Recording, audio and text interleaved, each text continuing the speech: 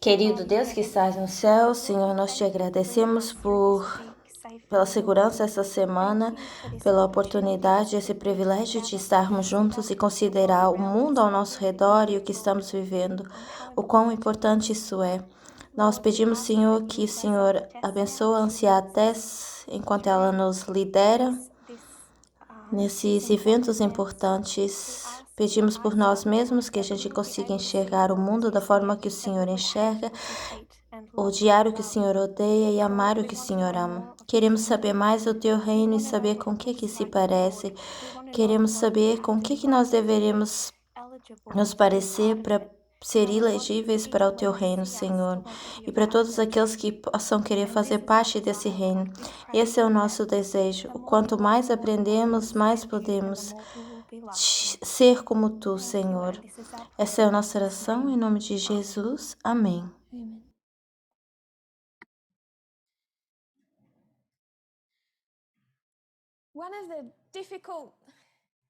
Uma das coisas mais difíceis de falar do ateísmo moderno é saber quando parar de compartilhar as citações, porque existe tanta informação por aí sobre a misoginia, sobre o racismo, sobre as visões do ateísmo moderno.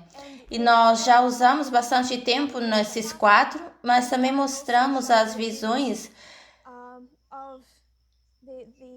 da liderança que está por baixo desses homens, onde muito do abuso sexual acontece e a justificação desse abuso até os níveis mais baixos pro max que nós vimos nesse artigo da Vox. Então, a menos que a gente entre numa nova tangente de exploração, a gente não tem muito mais a dizer em relação ao ateísmo, a menos que a gente prove que existe o problema de sexismo no ateísmo nos dias de hoje. O Brandon vai nos dar um pouco de um resumo com as suas próprias palavras de algumas das coisas que nós olhamos nas 2 últimas semanas. Então eu vou passar para o Brandon para nos relembrar de alguns pontos que ressaltaram para ele.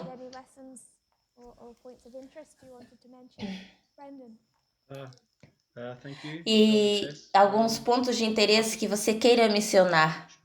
Obrigado, anciã Tess. Eu coloquei algumas notas aqui que se destacaram mais para mim. Eu achei interessante como a gente chegou até aqui com essa discussão sobre a esquerda e a direita, onde na esquerda nós temos a igualdade governando acima da liberdade e na direita a liberdade acima da igualdade. Nós demos conta de que na direita existe esse espectro de pessoas nas quais nós nunca focamos, e isso é o libertarianismo. E desse ponto em diante nós olhamos para o artigo da Vox, que falamos sobre o Max, que você acabou de mencionar. Isso nos levou para essas 13 ideologias, esses princípios da trindade, que é o libertarianismo, o ateísmo e o movimento ativista dos direitos dos homens. E isso também nos levou a olhar as origens do mundo moderno do ateísmo, que nos levou a esses 4 cavaleiros, e nós usamos as últimas semanas para ver a forma como eles pensam e os argumentos que eles usam,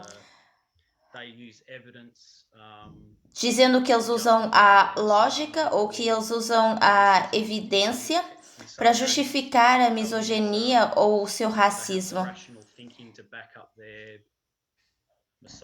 Eles também dizem que eles têm o pensamento racional, mas isso está por trás da sua própria misoginia. Um ponto interessante para mim que veio de um dos artigos foi a misoginia dessa supremacia masculina E isso vindo menos do dominionismo ou das áreas religiosas, mas que veio mais de um ponto de vista secular, desse ponto de vista ateísta, desses autores ateístas.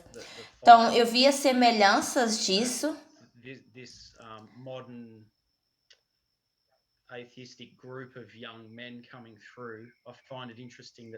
Nesse grupo de homens jovens no ateísmo, eu achei interessante que eles veem essas ameaças, e isso através da história, onde eles veem uma ameaça. Essas ameaças eram o feminismo, e é por isso que surgiu esse movimento do ativista dos direitos dos homens. E eles dizem que a igreja é uma ameaça e é por isso que eles são ateístas. E dizem que o Estado é uma ameaça e por isso se tornam também libertários. E eu vi que quando eles se sentem ameaçados por essas coisas, eles se fazem de vítimas, ainda que eles estejam perpetuando na discriminação, particularmente com as mulheres, que é o seu foco. Eles são perpetuadores, mas agem como se fossem as vítimas em sua mente. E o outro ponto interessante, quando nós olhamos para esses 4 cavaleiros, foi como eles tinham uma cultura feminista, esse tipo de ideologia baseado num ponto de vista de evolução, onde eles viram que homens e mulheres têm forças ou fraquezas intrínsecas, onde seria similar, onde homens e mulheres têm certas capacidades para certos papéis de gênero. Então, eles usaram isso para se retratarem desse tratamento horrível. E, por exemplo, quando uma mulher está bêbada, seria normal que um homem se apropriasse dela, porque ele não consegue se controlar. Isso é algo que não é estranho para eles, mas essa ideologia que os permite continuar sendo misoginistas. Isso é horrível. Isso são algumas das coisas que eu lembro.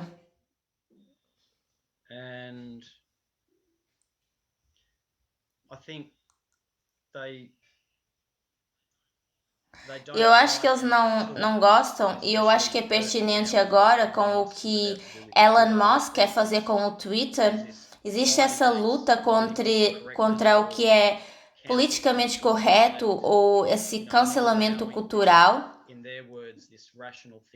onde dizem que a esquerda não permite que eles tenham esse pensamento racional, o que foi ensinado de liberdade, esse pensamento liberal, para discutir certas coisas que nós sabemos que são erradas. Então, eles dizem querer lutar pela liberdade de todos, mas entram num extremo racista e misógino nessas crenças. Então, ainda assim, é essa luta de liberdade acima da igualdade. Isso é um pouco do que eu lembro. Eu sei que tem muito mais.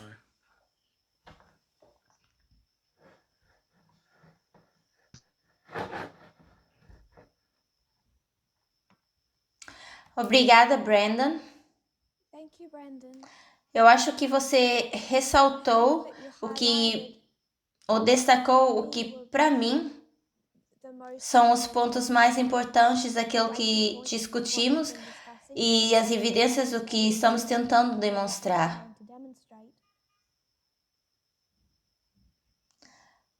Muitas citações foram lidas, mas para mim, talvez a mais poderosa foi a que você mencionou, onde o entrevistador está falando com uma investigadora, a Sarah Henry, falando com a Alex DeBranco, e a entrevistadora tenta dizer o que nós como movimento temos vindo a pesquisar há alguns anos, reconhecendo esse sexismo no meio dessa comunidade religiosa dominionista. E a investigadora responde dizendo, sim, está lá, mas existe mais uma ideologia de direitos dos homens sendo empurrada através da comunidade secular desse novo ateísmo do que no dominionismo.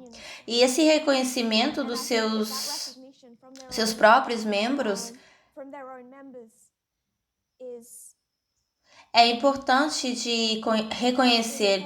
E isso foi apenas uma citação. Existem outras citações feitas por mulheres dentro dessa comunidade. Uma mulher, a que foi proposta no elevador, para quem o Richard Dawkins foi bastante abusivo, falou, e nós não lemos tudo que ela tinha para dizer, mas ela tinha muita coisa a dizer. E ela pensava que quando ela encontrou essa nova comunidade ateísta, ela tinha encontrado o seu povo, um porto seguro, onde ela podia atacar a religião, aquilo que ela achava que eram as ameaças e o problema dentro da sociedade.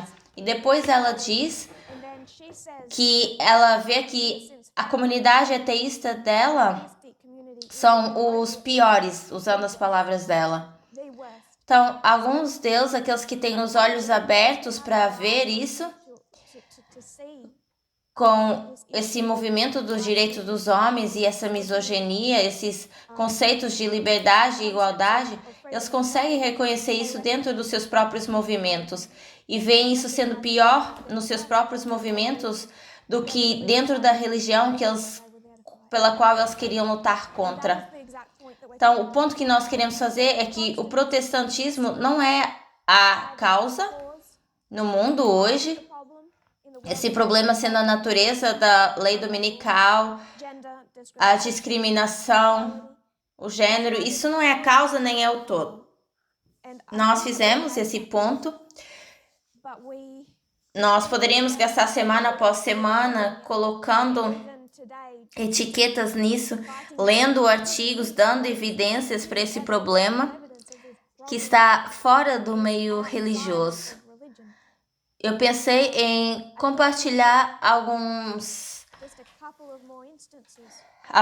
exemplos de como isso está acontecendo na comunidade ateísta. Houve uma conferência ateia chamada MidCon, dirigida pela organização Mythicists Milwaukee, onde eles convidaram uma personalidade do YouTube, que é o Carl Benjamin, e ele é conhecido pelas suas opiniões racistas, misóginas e de justiça antissocial. Em maio de 2016, ele escreveu um tweet dizendo: eu nem sequer te estupraria, para uma deputada britânica que ajudou a liderar uma campanha contra o assédio na internet. Uma deputada britânica que tenta parar esse assédio na internet, ele diz: eu nem sequer te iria estuprar. Depois, numa outra conferência, os seus amigos que estavam nessa conferência diz que eles estão super orgulhosos dele. Depois, na Austrália, essa fundação ateísta, em 2017, anuncia a autora feminista Clementine Ford, e seria o título da próxima convenção ateísta global, onde a sua página no Facebook foi inundada de violações e ameaças de morte por parte de comentadores chateados com esse fato de que essa feminista franca recebeu uma plataforma tão proeminente. Então, isso dos seguidores do Richard Dawkins, o campeão de liberdade de expressão, e aqui a gente vê a hipocrisia dessa definição de liberdade de expressão, a hipocrisia que eles têm de ir para os podcasts de direita e falar do silenciar daqueles que querem ter um pensamento racional. Essas diferenças intelectuais evolutivas das raças, que é chamado de cancelamento de cultura de direita. Então, também trouxe algo que vamos discutir mais, que é o feminismo cultural. E eu fiz alguns pontos enquanto a gente falava, feminismo cultural, e depois também falamos de onde terminamos a semana passada, onde falamos de qualidades intrínsecas,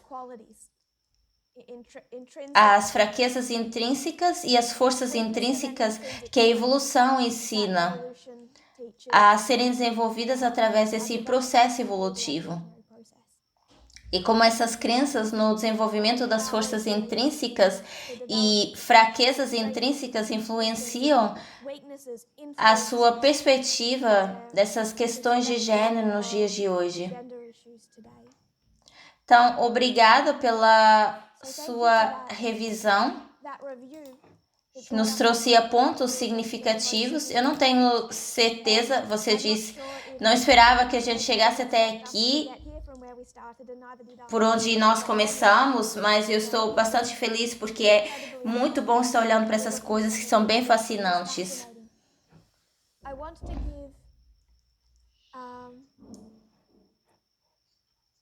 Eu acho que eu vou compartilhar a minha tela novamente, porque eu acho que, eu não sei se eu compartilhei ele antes, o Sam Harris nós já vimos, e eu quero que a gente seja capaz de reconhecer essas pessoas, porque às vezes a gente vê os rostos, e eu gostaria de ter feito isso mais vezes, porque às vezes nós não reconhecemos os nomes, mas reconhecemos o rosto.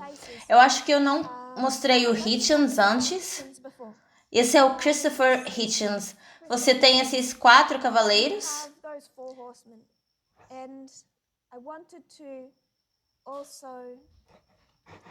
E eu queria que a gente também pudesse reconhecer um homem também que aparece muito.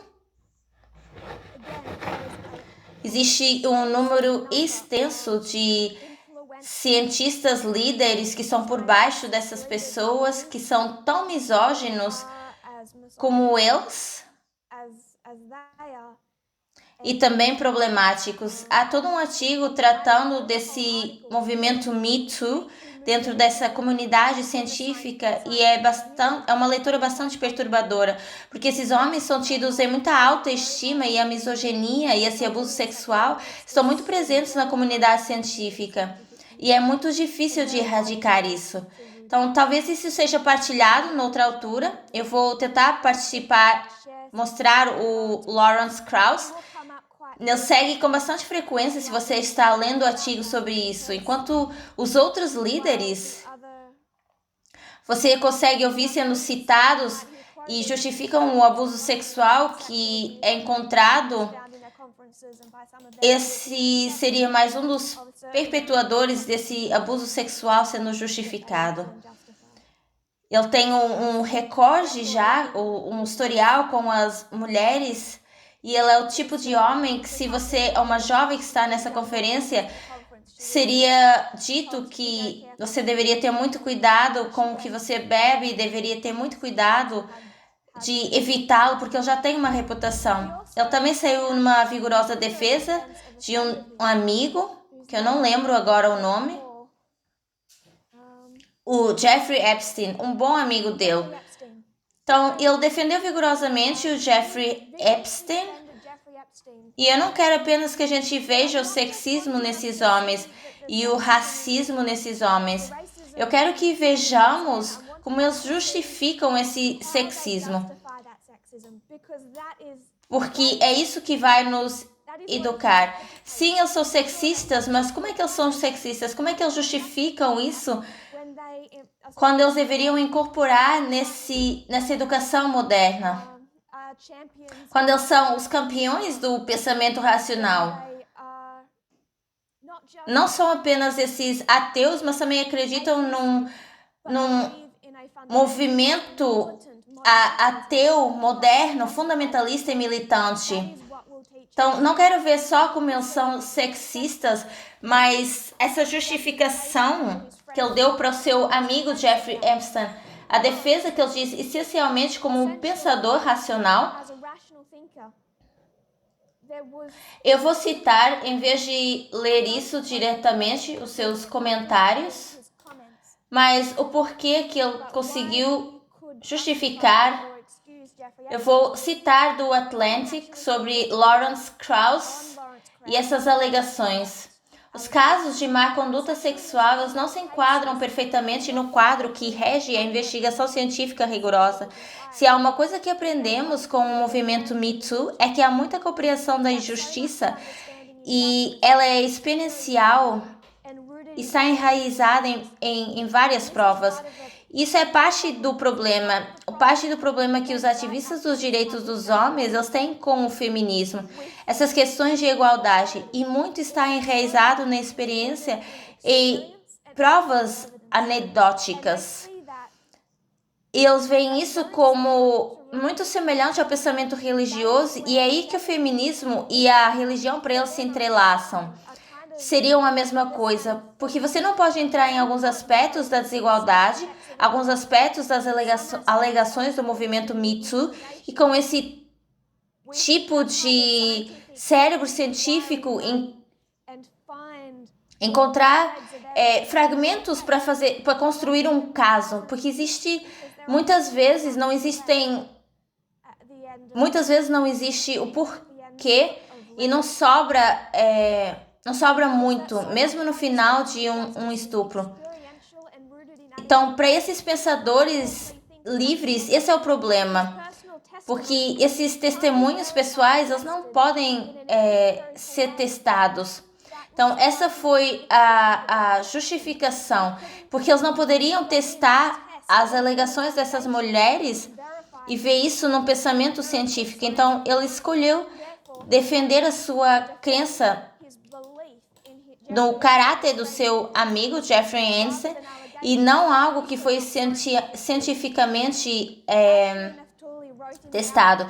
Ashley Neftul escreveu num esboço após essas alegações. Eles dizem, se algo não pode ser medido, calculado ou observado, pode muito bem não existir, mesmo que estudos de assédio sexual na comunidade científica revelem o contrário. Então, esses estudos de assédio sexual mostram que existe um enorme problema, mas não se pode entrar em cada uma dessas alegações e testá-las de forma empírica, medir, calcular e observar esse assédio sexual que tomou lugar. Então, há uma foto de Krauss chegando a tocar o peito de uma mulher que pediu uma foto com ele. E essa foto ela estava meio justificada, então eles encontraram uma justificação. E eles tiveram várias testemunhas que disseram que ele agarrou o peito dela. Mas ainda assim, como é que você prova isso? Talvez seja apenas um famoso e as pessoas estão tentando apanhá-lo e fazia parte da sua defesa. Então, eles veem essas alegações e veem as questões que as feministas e as mulheres estão tentando levantar. E veem isso como uma religião onde o seu cérebro, governado por uma investigação científica rigorosa, não consegue chegar à raiz. E quando eu já tenho um pensamento de misoginia fundacional, isso se torna uma desculpa. Marie. Está chovendo aqui, eu espero que isso não atrapalhe ninguém. A minha pergunta é mais em relação à revisão da semana passada. Então, eu peço perdão porque eu vou tentar te desviar um pouco do seu caminho. Perdão, eu não vi a sua mão, mas nós podemos voltar atrás. Não, eu acho que um pouco disso é tão difícil de visualizar. Será que esses homens, eles acham a religião como uma ameaça? E eles não concordam com a igreja e Estado. Então, como é que eles veem esse direito político? Como é que eles se sentem em relação a isso? E esse relacionamento de igreja e Estado? Você não precisa responder, na verdade, a minha pergunta.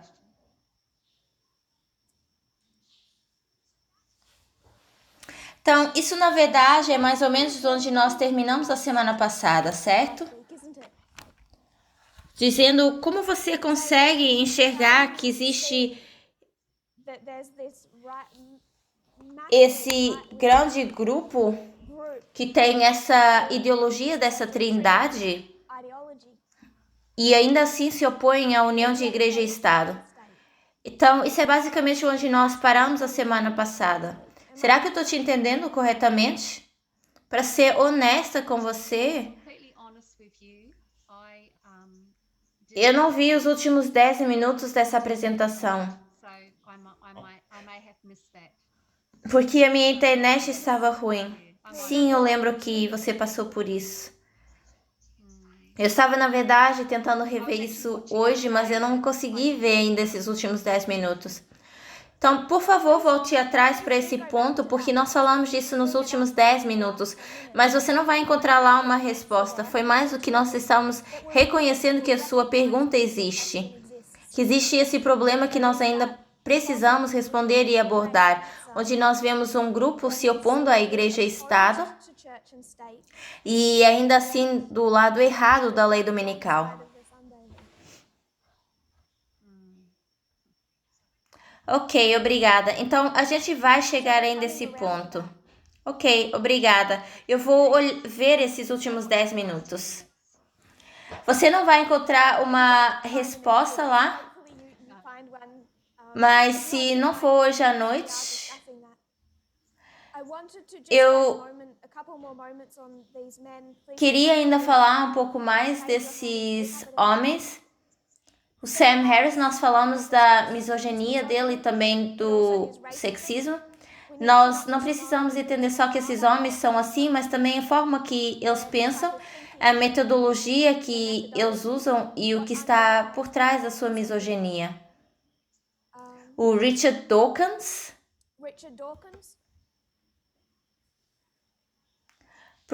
provavelmente um dos mais óbvios, exceto o Richard, só que ele faleceu há algum tempo atrás, com a misoginia extensa.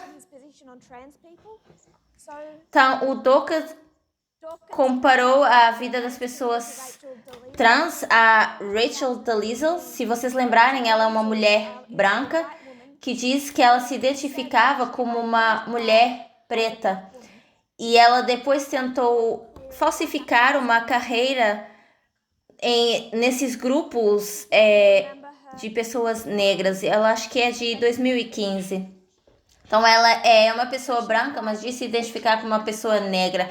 E o Dawkins, essencialmente, o que ele diz é que as pessoas trans estão fazendo a mesma coisa. Você não pode ser branco e se identificar como uma pessoa preta. Eu vou citá-lo. Alguns homens querem se identificar como mulheres e algumas mulheres como homens. Você iria... Esse é ele fazendo um tweet. Então você vê que ele coloca isso no tweet e no final ele diz discutir. Depois, quando ele se apega a isso, ele vai dizer que ele estava apenas tentando envolver essa razão científica numa discussão aberta. Então, eu não estava necessariamente dando seus pensamentos, mas estava citando algo e dizendo às pessoas para discutirem isso na secção de comentários do Twitter, o que sempre funciona bem. Isso seria uma capa para os seus próprios pontos de vista. Ele depois disse, será uma mulher trans uma mulher? Se definir por cromossomas, não. Se por autoidentificação, sim. Chamo-a de ela por cortesia. Não gosto da ideia de que as pessoas possam saquear alguém como Jordan Peterson por se recusar a ser obrigado a mudar a sua linguagem. Ele disse, acrescentando que eles o fazem, estão negando a realidade e que isso é uma heresia. Em primeiro lugar, a defesa de Jordan Peterson não nos deve surpreender, porque esses homens são religiosos ou ateus ideologicamente alinhados quando se trata de gênero.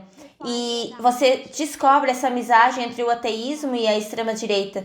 E em segundo, ele sugere que você se torne um herege por questionar algo como a identidade trans. Então, novamente, se ele é um herege por questionar algo em relação a gênero, isso faz com que isso seja um tipo de religião. E ele está contra a religião. E ele evoca esse tipo de linguagem religiosa, não só se referindo ao feminismo, mas também a questões relacionadas a gênero. Então, eu já falei o suficiente sobre o Christopher Hitchens, mas eu queria discutir só por um momento. A última nós ainda não abordamos, que foi o Daniel Dennett, que vocês poderiam pensar como o menos problemático de todos.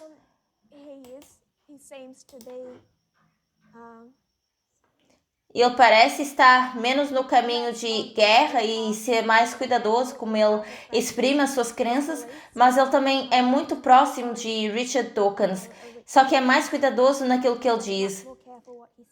Mas eu queria partilhar um clipe aqui do YouTube, e isto, infelizmente, é onde eles colocam um debate entre o Daniel Dennett e o Dinesh D'Souza. E este debate é sobre a existência de Deus.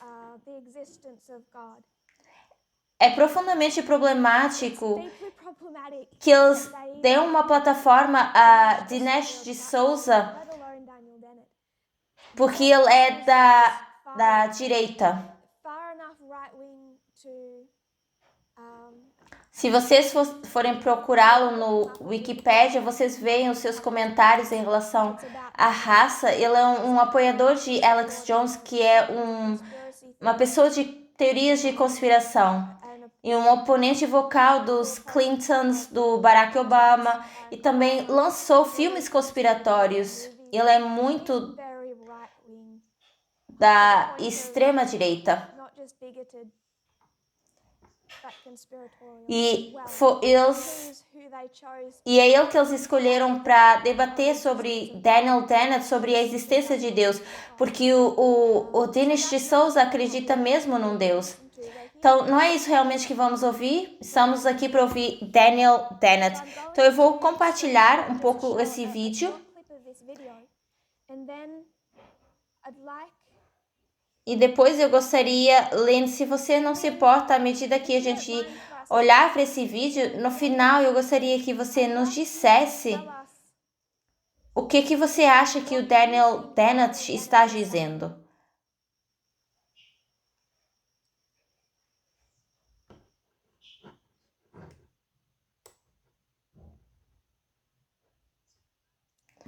Então, eles vão pegar, eu acho que nas últimas 2 perguntas do final do debate. Então, a minha pergunta é: primeiro, eu nem acredito realmente que tenha existido igual dignidade para as mulheres estabelecida universalmente. Penso que é mais legislativo na realidade, social ou culturalmente. Mas por que as mulheres são quase universalmente excluídas das hierarquias da religião e da tomada de decisões na religião? Obrigada. Pode fazer a próxima pergunta. Então, Lynn, você consegue responder nas suas próprias palavras o que foi a pergunta dela? Sim, basicamente ela está perguntando por que as mulheres não estão sendo incluídas na tomada de decisões e em posições de poder. Eu acho que ela diz dentro da religião. Ela diz religião e uma outra coisa. Mas basicamente ela está falando da falta de representatividade das mulheres, particularmente na religião. Eu vou colocar de novo, então, para a gente ver. Essa é uma pergunta para ambos os candidatos. Por que as mulheres são quase universalmente excluídas das hierarquias da religião e da tomada de decisões? Eu acho que eu cortei o vídeo. Ela diz que ela fala de religião e círculos religiosos onde existe mais poder. Ouvindo isso antes, eu acho que ela está falando especificamente para um contexto religioso. Faz sentido, Lynn? Sim. Então, vamos ouvir a resposta de Daniel Dennett. Eu vou responder a primeira. Eu acho que a razão pela qual as mulheres geral não desempenham esses papéis tem uma explicação biológica em termos da forma como as culturas humanas elas evoluíram e da forma como os homens passaram a ocupar posições de poder e as mantiveram ao longo dos anos. É uma longa história, mas também não me parece muito original. Penso que é uma boa pergunta e penso que tem uma resposta se considerarmos a religião como um fenômeno natural, como eu, e há uma literatura bastante extensa sobre ela. Então, isso é basicamente a resposta que ele dá para a pergunta dela.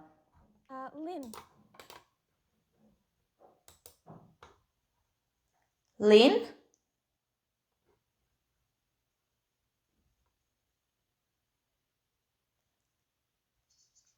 Eu estava tentando abrir o meu microfone. Então, basicamente, a razão primária dele é biológica. Foi o que ele estava dizendo. E ele mencionou basicamente a evolução da cultura humana e como os homens dominaram em posições de poder e conseguiram mantê-las. O que seria interessante saber um pouco mais dessa parte da resposta que ele dá, especialmente considerando que ele está falando de uma explicação biológica, porque ele não falou muito sobre isso. E depois ele falou sobre a forma como os homens se moveram para essas posições e mantiveram elas. Então, seria interessante compreender um pouco mais sobre o que ele pensa. Mas eu acho que basicamente foi isso que ele disse, se eu entendi corretamente.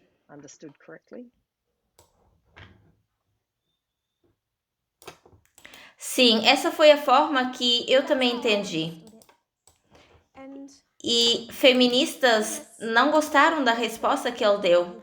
Algumas sugeriram que ele saísse dali depois da primeira parte da resposta.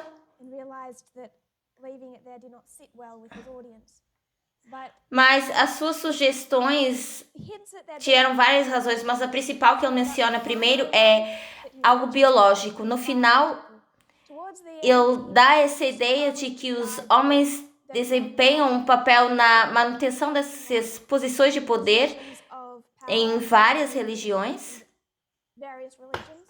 mas sugerir que é principalmente biológico.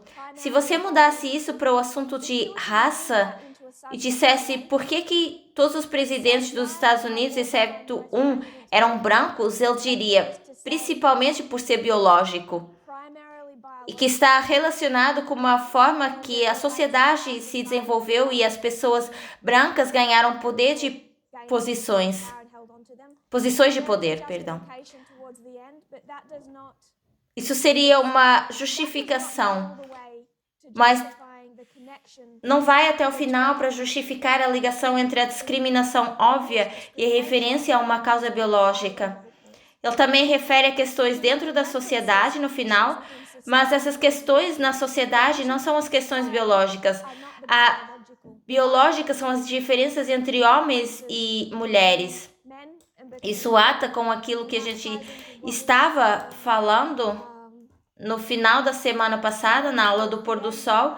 Então, nós vamos continuar naquilo que a gente estava falando, nessa ideia do biológico, que é uma outra forma de dizer fraquezas intrínsecas e forças intrínsecas. O que são essas forças intrínsecas se não biológicas? Ou o que são essas fraquezas intrínsecas se não biológicas? E ele tem a oportunidade diante de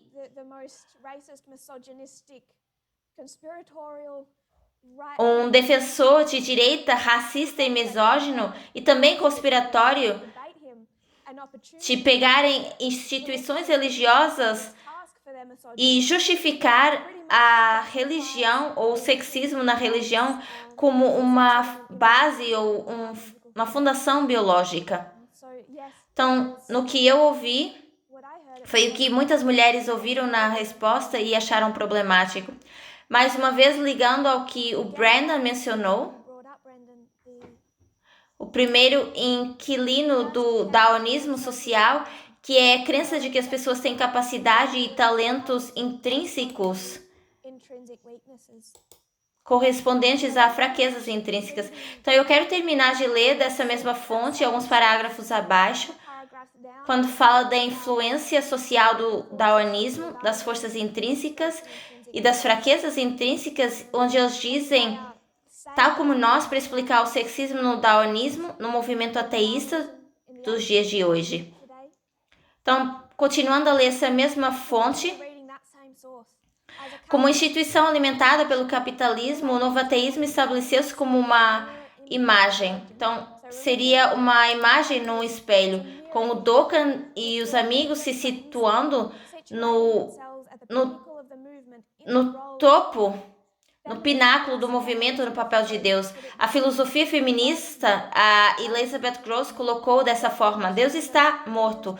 Longa vida ao homem. Dawkins e os líderes masculinos do movimento ressuscitaram o homem como Deus. Para esses homens, a misoginia não se baseia de todo na religião, e sim na biologia. Então, Daniel Dennett, o único homem que até agora nos tinha aludido, estava dizendo: a misoginia não se baseia na religião, a misoginia é baseada na biologia.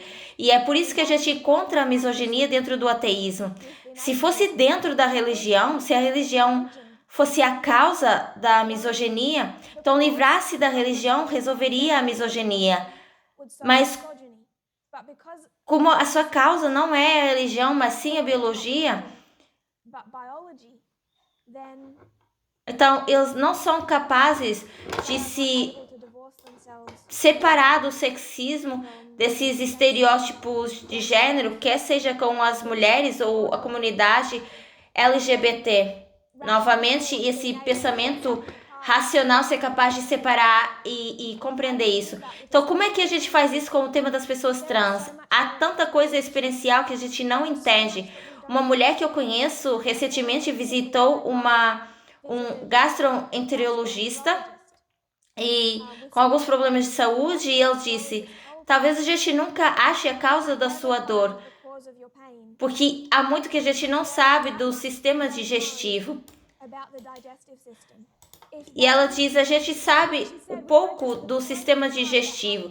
Se eles conseguem dizer isso do sistema digestivo, o que eles vão dizer então do cérebro? Então, para alguém que acha ou acredita que eles podem desmontar algo e compreendê-lo através do pensamento racional e do método científico, se não conseguir fazer isso, essa questão não existe. Eles lutam com essas questões de gênero, não só no movimento Me Too, mas também nesse incidente de abuso sexual, onde eles não têm provas de vídeo para analisar, mas também pessoas trans, onde você não pode necessariamente secar o cérebro e compreender todos os aspectos do que essas pessoas sabem experiencialmente. O que eu quero que a gente veja é não só que eles são sexistas, isso é fácil de provar, mas o porquê que eles são, de onde vem esse sexismo. Dizem que está enraizado na biologia, então eu quero tirar um pouco mais de tempo para retroceder e olhar para Darwin, olhar para essa história. E a Catherine enviou para mim algumas citações, algumas fontes durante a semana, que me mostrou que você estava olhando para Darwin, olhando para isso. E eu pedi que você lesse isso hoje à noite, para a gente ver esse pensamento. Então, Catherine.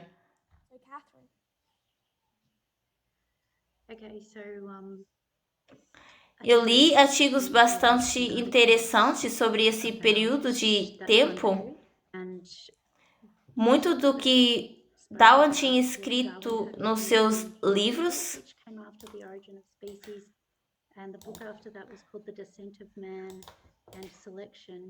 Isso foi em 1871. Eu posso ler algumas citações sobre raça, se quiserem.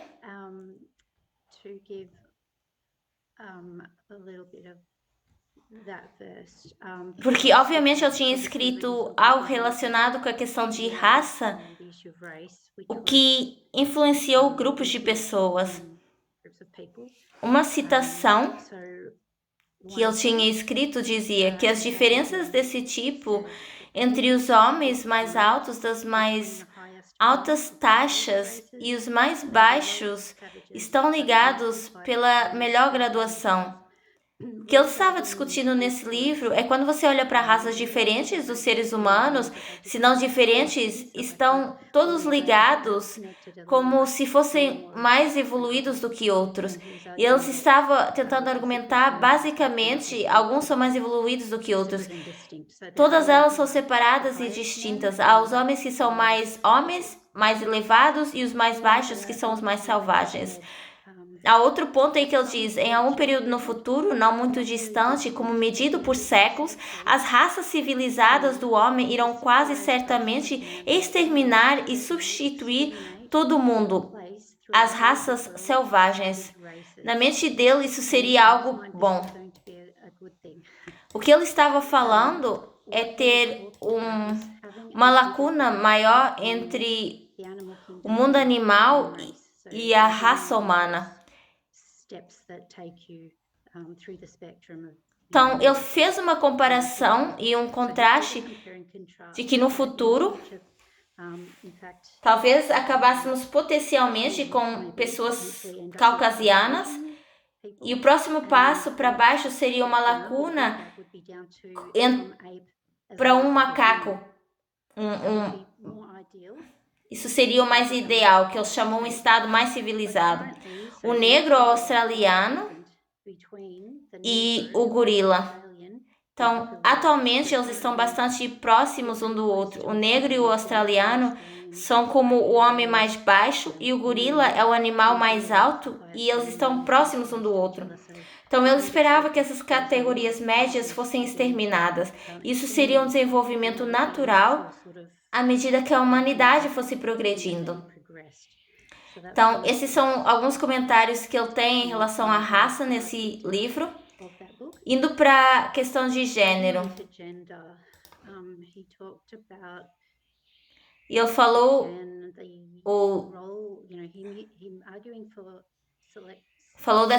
da reprodução e discutia sobre as diferenças entre homens e mulheres e como isso tinha que ver com o papel progressivo da humanidade. Uma citação diz: os progenitores masculinos meio humanos do homem lutaram juntos durante muitas gerações pela posse das mulheres, para evitar inimigos ou atacá-los com sucesso, para capturar animais selvagens e para inventar e modelar armas. Requer ajuda de faculdades mentais superiores, nomeadamente a observação, a razão, a invenção ou a imaginação. Essas várias faculdades terão assim sido continuamente postas à prova e recolhidas durante a virilidade.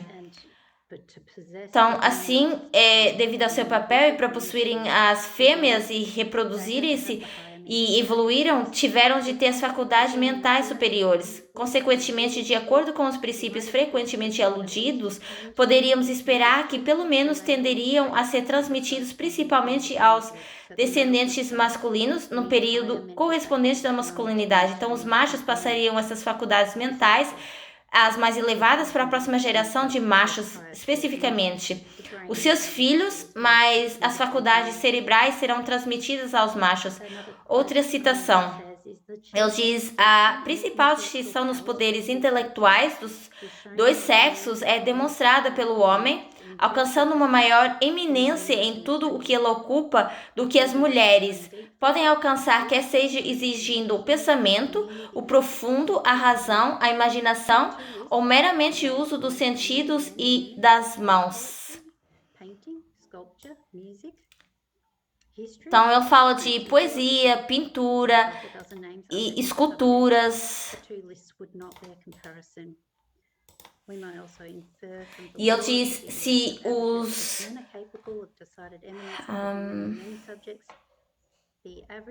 os homens são capazes de decidir iminência sobre as mulheres em muitos assuntos, o padrão médio do poder mental no homem deve ser superior ao de uma mulher.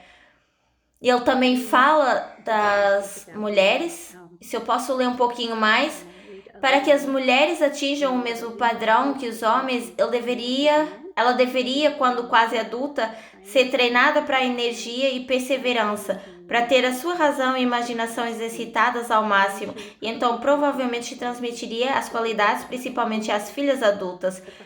Mas todo o corpo de mulheres, contudo, não seria assim criado a menos que durante muitas gerações de mulheres que destacaram acima fossem casadas e produzissem descendência em maior número do que outras. Não é a citação que eu queria ler. Havia uma sobre mulheres que transmitiam essas qualidades nutritivas, se estendendo à maternidade, e ela exibia essas qualidades aos seus filhos. E depois ela estenderia isso frequentemente aos seus semelhantes. Por ser mais gentil, ela passaria isso às próximas criaturas. Então, essas qualidades, elas pareciam ser um direito natural e infelizmente de nascimento. Os homens são naturalmente competitivos e egoístas e não podem evitar isso. E as mulheres são mais generosas e mais amáveis. Isso em relação aos papéis de gênero. Obrigada, Catherine. Tem tanto nessas citações, muito que a gente poderia escolher. Gostaria de voltar às anteriores que você leu sobre raça. Não foi o próprio Charles Darwin que levou seus pensamentos a esse tipo de conclusão? Obviamente, eu diz muito explicitamente, tal como você leu, sobre as raças e elas evoluíram para algo superior e o superior supremo, o inferior supremo, mas foi o seu primo que pensou que deveríamos dar uma ajuda. O processo dessa diferenciação de raças seria uma mão amiga. E foi o seu meio-primo, Francis Galton, um homem que interagiu com ele cientificamente. Então eu vou apagar um pouco disso.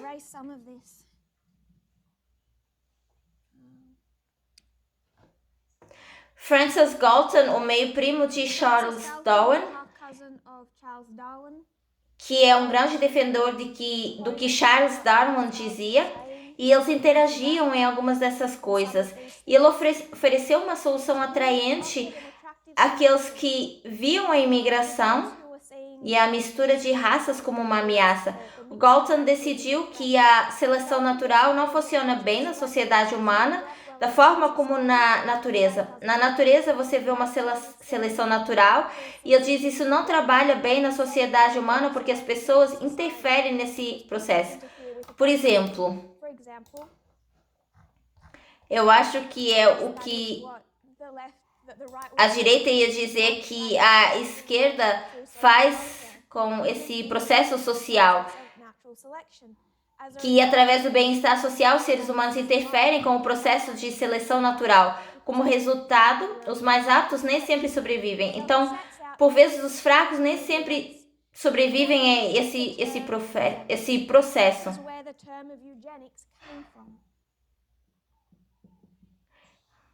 Então, ele fala de eugenia, foi aqui que surge esse termo, que vem de uma palavra grega que significa um bom nascimento ou nobre em hereditariedade. Em 1883, Galton definiu a eugenia como a ciência da melhoria do estoque que não se limita de modo algum a questões de acasalamento judicioso, mas que toma conhecimento de todas as influências que tendem a ser muito remotas, as raças ou estirpes de sangue mais adequadas. Então, ele diz que a eugenia consiste em acelerar o processo de seleção natural para que as raças mais adequadas se tornem mais rapidamente dominantes. Então, ele se refere a isso como o que deve ser introduzido à nação e à consciência nacional como uma nova religião. Então, ele vê esse novo ateísmo como uma forma de religião que deve ser introduzida e que as pessoas devem abraçar e seguir.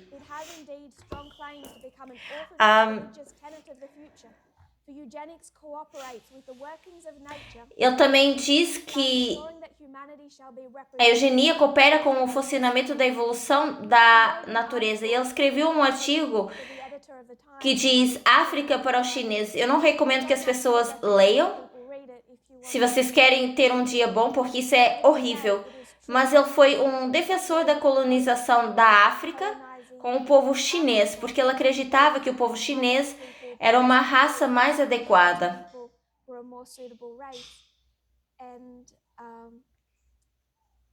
Isso é verdadeiramente horrível, a linguagem que ele tem usado. Então, a eugenia tem uma ligação direta não só ao darwinismo social, mas também ao próprio Charles Darwin, que ele é muito familiar. Mas onde o darwinismo social realmente tomou isso de outra forma foi na interação entre Charles Darwin e os seus defensores, o August Schleicher, o Max Muller e o Ernest Haeckel. Então, o que vocês conhecem ou sabem sobre esses nomes, Brody? August Schleicher, Max Muller e o Ernest Haeckel. Me soa bastante alemão. Sim. Foi na Alemanha que ele encontrou os seus defensores para o darwinismo social. E essa interação entre Charles Darwin, só para citar mais 3 figuras alemãs em destaque, foi onde o darwinismo social se desenvolveu verdadeiramente. O que eles desenvolveram foi a seguinte ideia. Eles pensaram, na época, o Charles Darwin e a comunidade científica, que o cérebro humano e o cérebro do macaco eram aproximadamente do mesmo tamanho. Então, o Darwin e seus colegas suspeitavam que, por serem do mesmo tamanho, o cérebro do macaco, ou do orangotango e o cérebro humano, Darwin e seus colegas suspeitavam que a invenção de linguagem poderia explicar a diferenciação entre os humanos e outros grandes animais. Então, eles procuram diferenciar a raça humana de um grande macaco. E é aí que eles acreditam ser a diferença na linguagem. Então, foi aí que ele desenvolveu isso. Eu vou desenhar isso, seria como desenhar um tronco cerebral e um cérebro, mas parece que essa árvore caiu. Então, o que separou do macaco foi o desenvolvimento da linguagem, mas o que eles reconheceram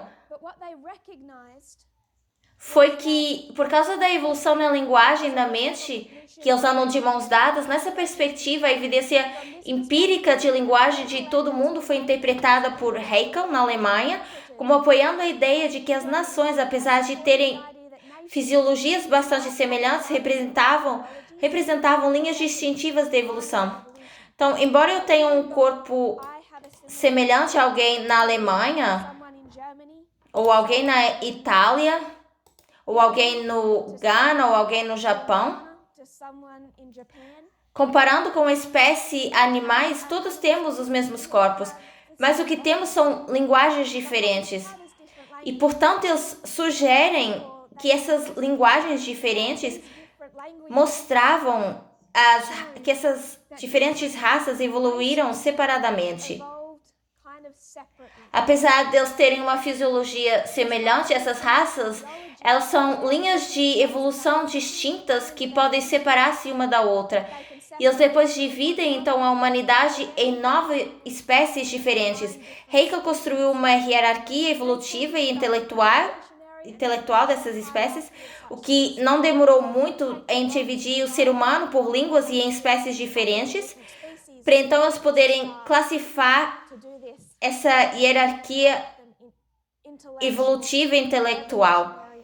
Nessa linha semelhante, o Schleicher considerou as línguas como espécies e subespécies diferentes, adotando também o conceito da seleção de Darwin através da competição para o estudo da história e da proteção da propagação das nações. Algumas das suas ideias, incluindo o conceito de espaço vital, foram adotadas pela ideologia nazista após a sua morte, porque tudo isso acontecia nas décadas de 60 e 70.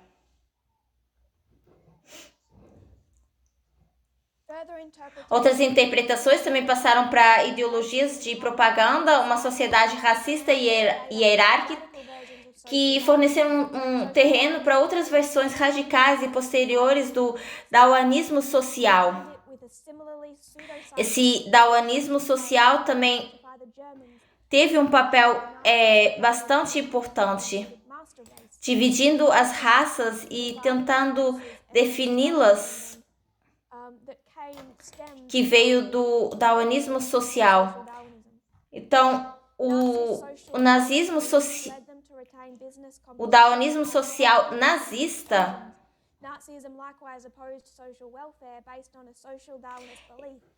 eles creem que os darwinistas sociais nazis levam a manter essa concorrência, onde eles acham que depois da Segunda Guerra Mundial, o que eles argumentam é que o darwinismo social cai em desgraça. Brandon, ao ler a citação, eu não vi a sua mão.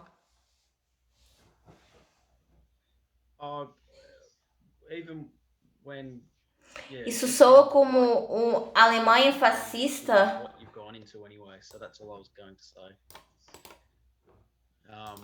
Isso realmente soa como uma Alemanha fascista. Ainda quando a Catherine estava lendo essas citações, isso é horrível. Era o que eu queria dizer. Se o Mount Rushmore vai afirmar que a religião é a causa da guerra e do sofrimento na sociedade, então eles deveriam olhar mais aproximadamente para o Holocausto e as suas origens. Nós mostramos a ligação entre o catolicismo e o antissemitismo, Primeira Guerra Mundial e a Segunda Guerra Mundial. E o mundo tem se tornado um mundo pós-cristão já há algum tempo. E mesmo quando nós voltamos para isso, o ateísmo, o darwinismo social,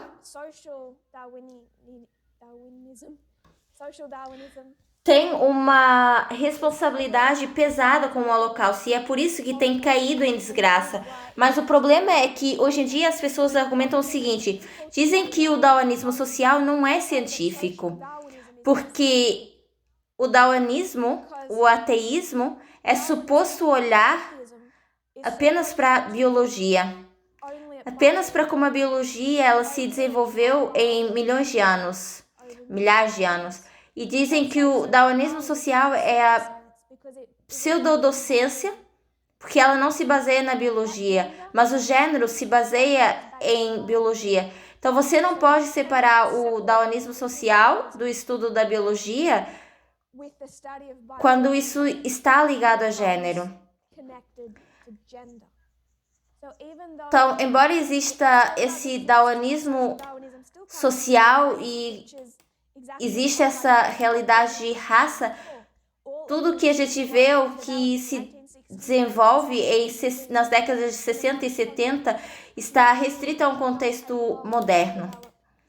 Mas quando se trata de gênero, isso está intrinsecamente conectado à biologia. E mesmo assim, você pode dizer que agora não é frequentemente só para os ateus. Só que o darwinismo social não é realmente só esse pensamento evolucionário moderno.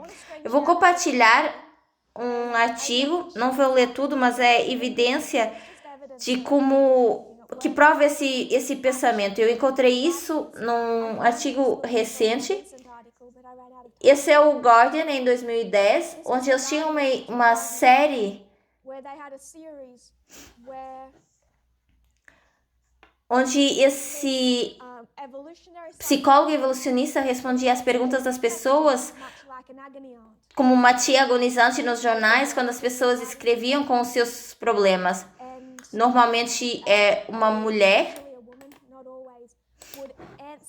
e normalmente sempre lhes dava conselhos sobre seus problemas pessoais. Ela é uma psicóloga evolucionária e ela vai responder a partir da posição evolutiva. E a pergunta da semana é: por que as meninas simpáticas se apaixonam pelos rapazes maus? E a mulher vai escrever e dizer: eu e algumas das minhas amigas achamos os rapazes maus mais atraentes. Então, essa psicóloga vai explicar para ela por que algumas mulheres preferem homens que não as tratam bem. É uma leitura bem interessante e ela fala do narcisismo, fala da psicopatia, do maquiavélico, esses traços de rapazes maus que são arriscados, são manipuladores e enganadores, são obsessivos por si mesmo. E ela explica por que através da história da evolução esses traços são atraentes para algumas mulheres. Ela usa os termos de homens e rapazes que se acasalam com as mulheres. É uma linguagem muito animalista.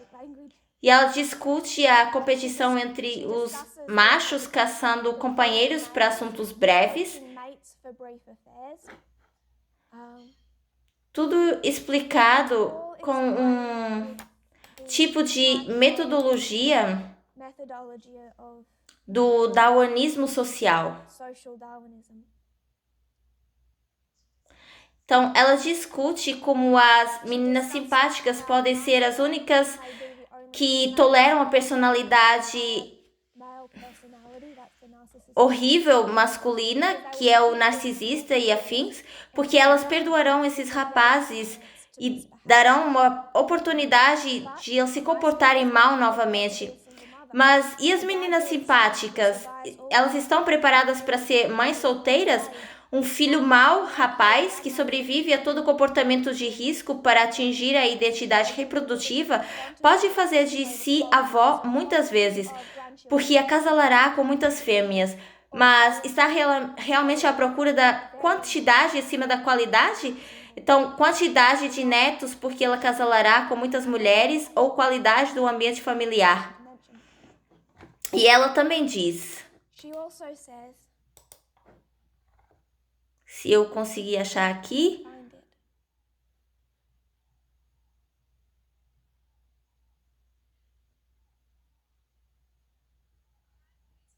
os rapazes maus, eles exibem traços de triagem negra, esses traços de narcisismo, psicopatia e maquiavélico, e o seu comportamento, de acordo com a teoria, é genético, o que significa que é pouco provável que mudem os seus hábitos. Os rapazes serão rapazes. Se eles se embebedarem e entrarem no carro, o que vai acontecer? É genético. Por outras palavras, é biológico. Eles não podem evitar. E se uma boa menina quer ter muitos netos, só tem que negociar. Não quer ter muitos netos, só tem que negociar. Então, muito do que esses homens dizem não é nem só o darwinismo social, mas é através do que o darwinismo ensina fundamentalmente sobre a biologia, não necessariamente apenas a evolução social, mas a biologia de homens e mulheres. Brandon.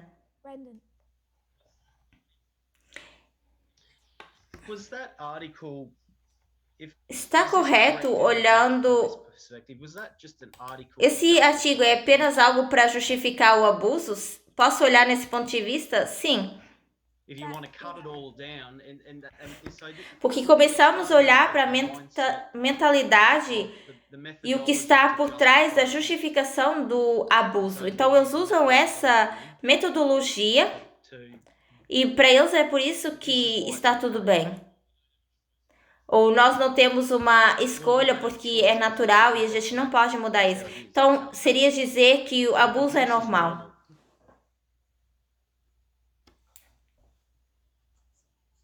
Seleção natural, biologicamente criada, foi o que forma esses homens, o que eles dizem que eles são um produto da evolução e eles não conseguem mudar isso. E nós temos que apenas viver com isso.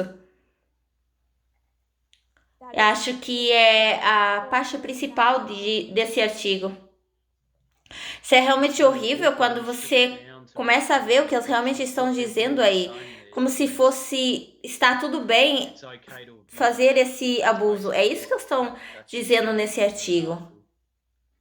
Tudo bem ter esse tipo de abuso.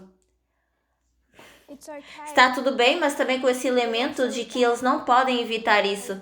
Que eles não estão no controle. O que você espera que aconteça se você vai sair com um rapaz mau?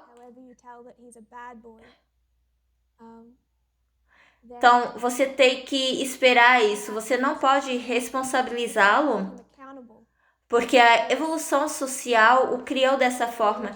E, na verdade, a culpa é sua, porque você acha isso apelativo. Porque a evolução social também criou mulheres que procuram acasalar com os homens que são boas a trazer elas para casa, que através dos seus esforços arriscados, muitas vezes encontram a maior parte dos alimentos para trazer de volta para a caverna. É assim que a evolução social justifica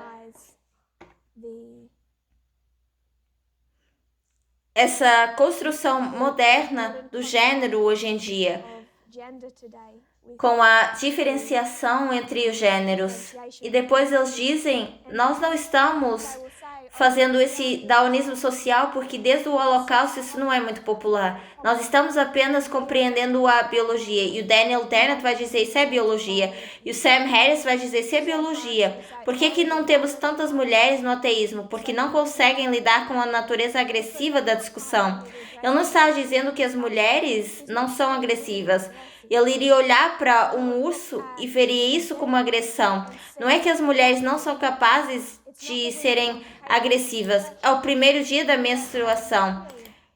E ele ia dizer, então, ela é agressiva. E ia olhar o porquê que eu sou agressiva e ia linkar isso ao meu gênero. E ia dizer, é porque ela está menstruada. Ou ele ia ver que a mulher está agressiva por causa do seu emocional.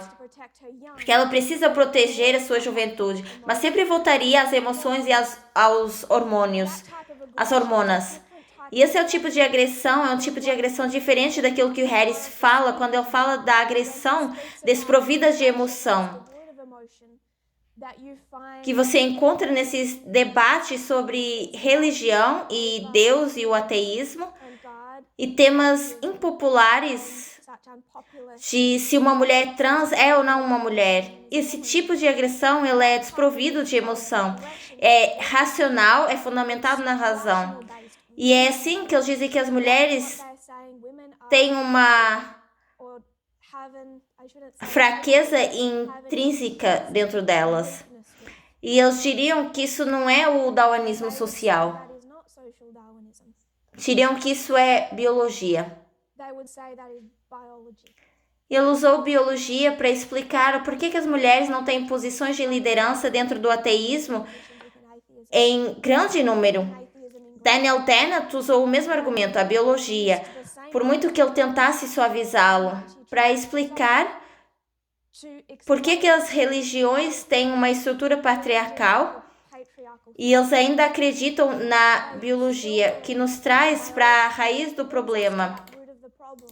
Por que existe misoginia e sexismo dentro da comunidade ateísta?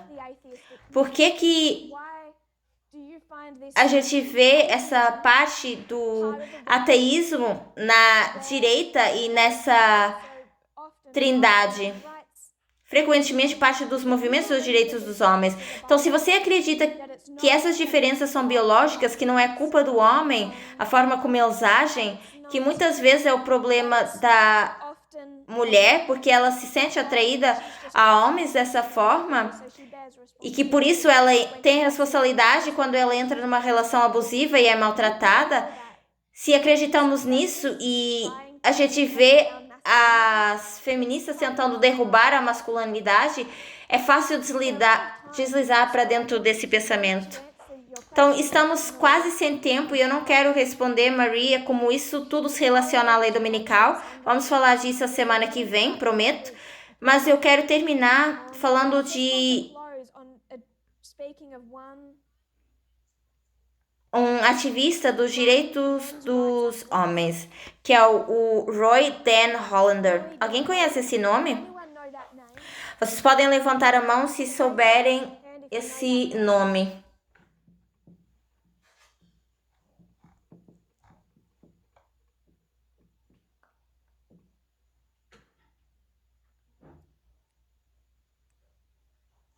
Não familiarizado com ele? Ele estava no espectro extremo dos ativistas dos direitos dos homens. Talvez eu compartilhe um artigo mais tarde no nosso fórum.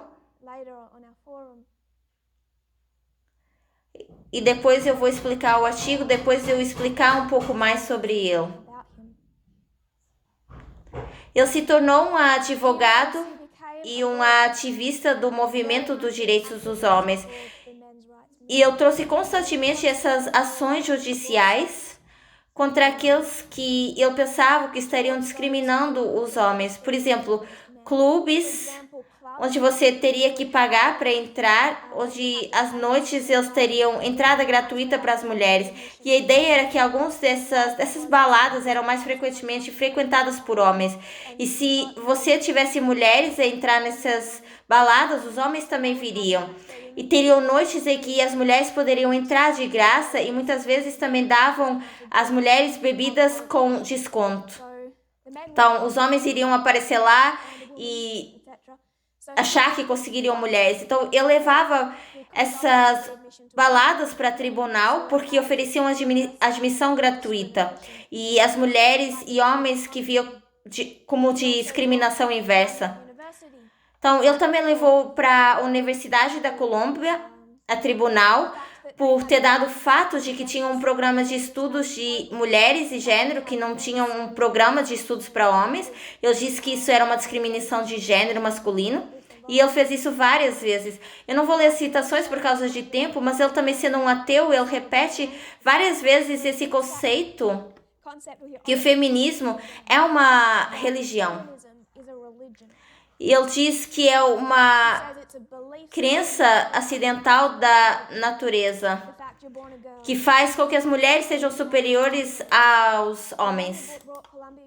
E quando ele levou a Universidade da Colômbia para tribunal, ele disse que eles violaram a 14ª emenda. A Igreja e a separação do Estado, essencialmente, o seu argumento era que os homens eram duplamente prejudicados pela ausência do currículo.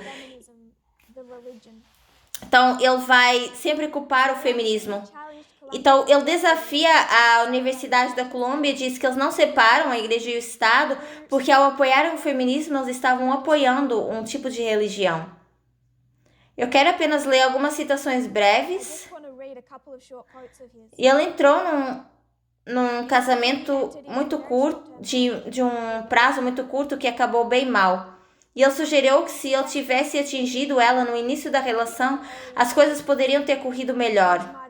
E ele diz, por que os homens têm de abdicar das forças que a evolução lhes deu, enquanto as mulheres usam impiedosamente todas as armas do seu arsenal contra eles? Então, no pensamento dele, ele acha que as mulheres desenvolveram, através da evolução, forças e fraquezas intrínsecas. Corpos que os homens acham atrativos, técnicas manipuladoras. Então, se os homens, as mulheres desenvolveram essas forças e fraquezas intrínsecas então, se os homens essas mulheres podem manipular, então por que os homens não podem usar da sua força física? Isso terminou muito ruim, como vocês podem esperar.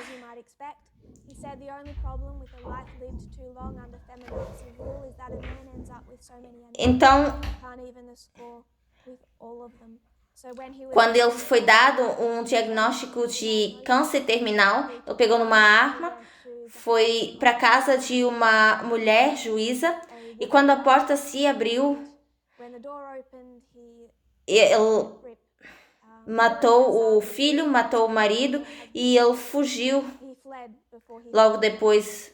Mas pouco depois ele também defendeu um advogado dos direitos dos homens que ele considerava ser um rival. E depois ele tirou a própria vida com a mesma arma. Então, eu não podia simplesmente falecer com o câncer. Ele estava determinado a contra-atacar mesmo até o final. Por que que os homens têm de abdicar das suas forças que a evolução intrinsecamente através da biologia lhes deu? Essa força física, enquanto as mulheres podem usar implacavelmente a força intrínseca que a evolução lhes deu.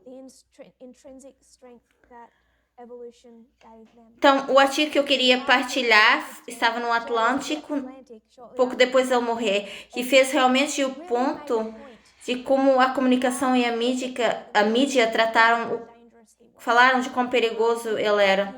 Ele matou o filho dessa mulher na casa dela em 2020. Eu lembro disso, está nas notícias, não sei se vocês lembram. Mas a mídia durante anos sabia dele e era como se isso fosse apenas uma piada.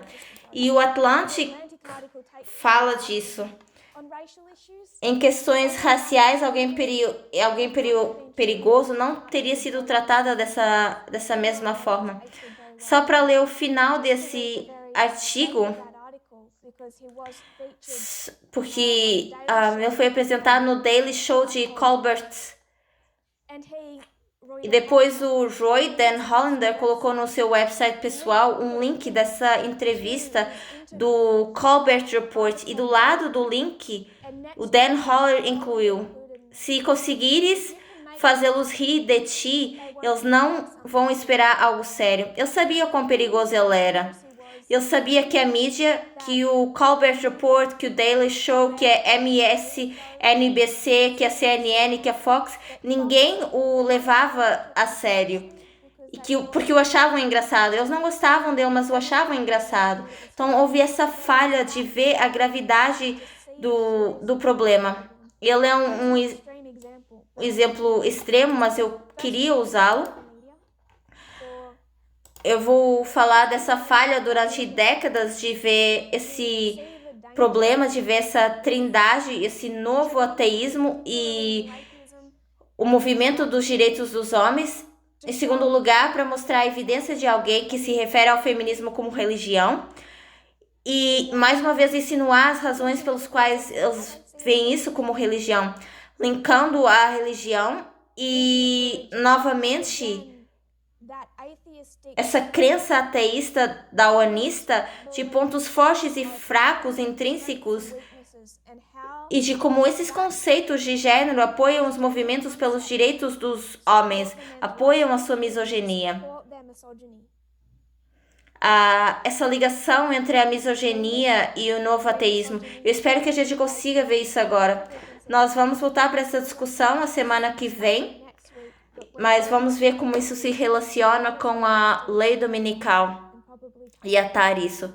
Se vocês têm perguntas ou comentários durante a semana, mas agora vamos encerrar com uma oração. Se ajoelharem comigo.